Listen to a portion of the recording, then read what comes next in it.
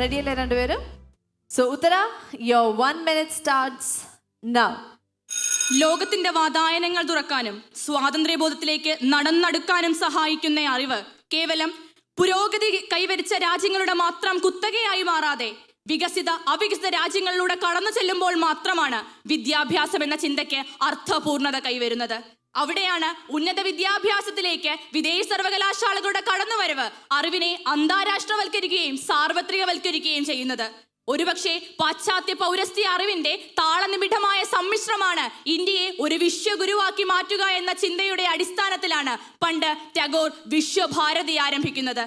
ഇന്ത്യയുടെ ചരിത്രത്തിന്റെ ഏടുകളിൽ ഒരുപക്ഷെ വിദേശ സർവകലാശാലകളെ സ്വാഗതം ചെയ്യുന്നതിന്റെ ആവശ്യം ചൂണ്ടിക്കാണിച്ച ഒന്നായി നമുക്കിതിനെ കണക്കാക്കാൻ സാധിക്കും.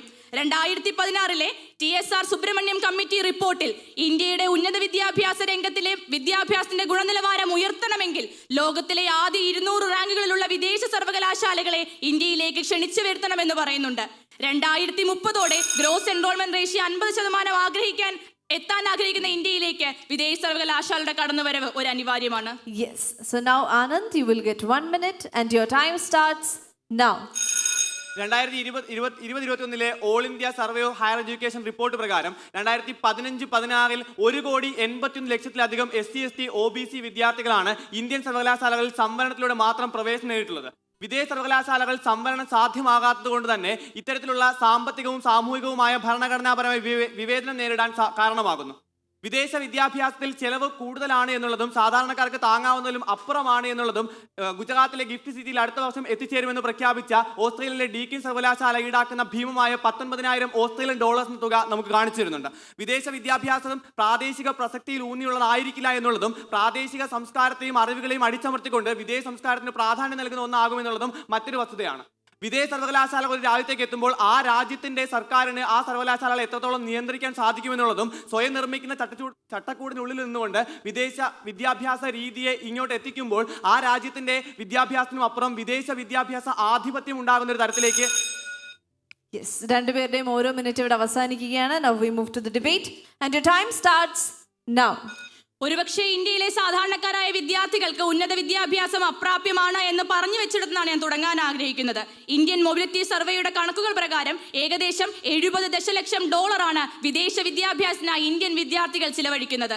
വിദേശ സർവകലാശാലകൾ ഇന്ത്യയിലേക്ക് കടന്നു വരുമ്പോൾ ഇത് ഇന്ത്യയിൽ തന്നെ ചിലവഴിക്കാൻ സാധിക്കുകയും ഇത്രയും പണം ചിലവഴിക്കാൻ സാധിക്കാത്ത സാധാരണക്കാരന് പോലും ഗുണനിലവാരമുള്ള വിദ്യാഭ്യാസം ഉറപ്പാക്കാൻ സാധിക്കുകയും ചെയ്യും. Yes, Anand.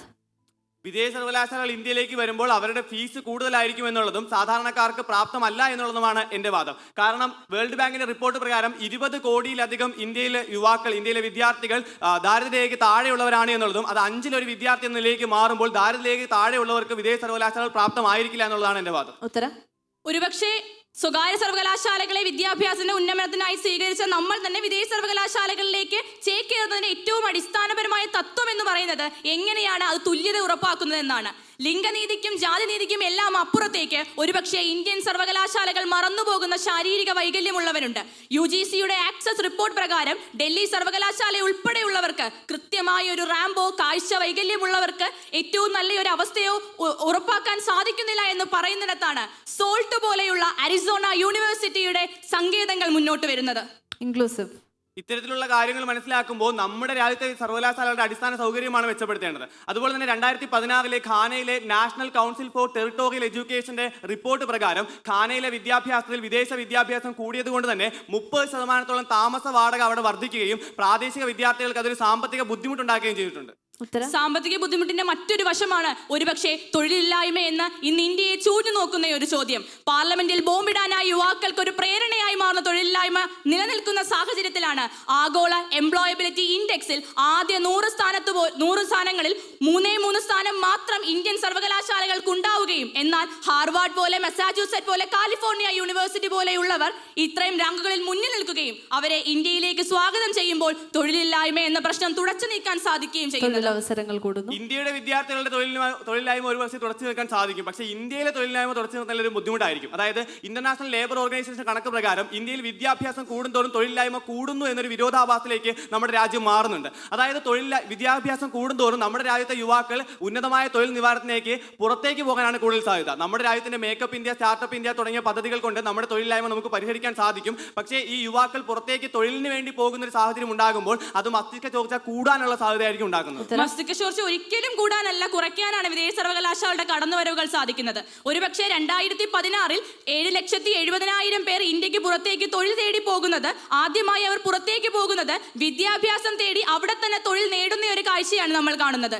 എങ്ങനെയാണോ വിദേശ സർവകലാശാലകൾ ഇന്ത്യയിലേക്ക് കടന്നു വരുന്നത്, അതേ രീതിയിൽ അത്രയും റെപ്യൂട്ടഡ് ആയിട്ടുള്ള ആഗോള സ്ഥാപനങ്ങൾ ഇന്ത്യയിലേക്ക് വരികയും ഈ വിദ്യാർത്ഥികളെ ഇന്ത്യയിൽ തന്നെ നിർത്താൻ നമുക്ക് സാധിക്കുകയും ചെയ്യും. ആനന്ദ്, അത്തരത്തിൽ ആഗോള സ്ഥാപനങ്ങൾ ഇന്ത്യയിലേക്ക് എത്തുമ്പോൾ നമ്മുടെ ആഭ്യന്തര GDP അത് കുറയ്ക്കുകയും കൂടുതൽ സാമ്പത്തിക ചോർച്ചയ്ക്ക് അത് സാധ്യമാക്കുകയും ചെയ്യും. അതുപോലെ തന്നെ ചൈനയിലെ ബെയ്ജിങ്ങിലുള്ള റെംനിൻ സർവകലാശാല നടത്തിയ ഒരു പഠനത്തിൽ വിദേശ സർവകലാശാലയുടെ അതിപ്രസരം മൂലം വിദേശ സർവകലാശാല നിന്ന് PhD നേടിയവർക്കുൾപ്പെടെ ചൈനയിലെ പുരാതനമായ പുസ്തകങ്ങൾ വായിച്ച് മനസ്സിലാക്കാനുള്ള കഴിവില്ലെന്നും കൺഫ്യൂഷ്യസ്, മെൻഷ്യസ് ഉൾപ്പെടെയുള്ള ചൈനീസ് തത്വചിന്തകളെ പറ്റി അറിയില്ല എന്നുള്ളതും വളരെ പ്രധാനമായ ഒരു വസ്തുതയാണ്. ഇതിന്റെ ഒരു മറുവശമാണ് ഇന്ത്യയിൽ ചൂണ്ടിക്കാണിക്കാനായി ആഗ്രഹിക്കുന്നത്. ഇന്ന് ശാസ്ത്രത്തിൽ പോലും ഹിന്ദുത്വവൽക്കരണം നടക്കുകയും ആഗോള അക്കാദമിക് സൂചികകളിൽ പാകിസ്ഥാനും പിറകിൽ 0.38% മാത്രം പോയിന്റോടെ ഇന്ത്യ നിലനിൽക്കുകയും ചെയ്യുന്നവരിടത്ത് ഇന്ത്യയിലെ സർവകലാശാലകൾ ജാതി മേൽക്കോയുടെ, സവർണ മേൽക്കോയ്മയുടെ ഇടങ്ങളായി മാറുമ്പോൾ വിദേശ സർവകലാശാലകളുടെ കടന്നുവരവ് ഒരു പുത്തൻ കിരണമാണ് ഇന്ത്യൻ വിദ്യാർത്ഥികൾക്ക് നൽകുന്നത്.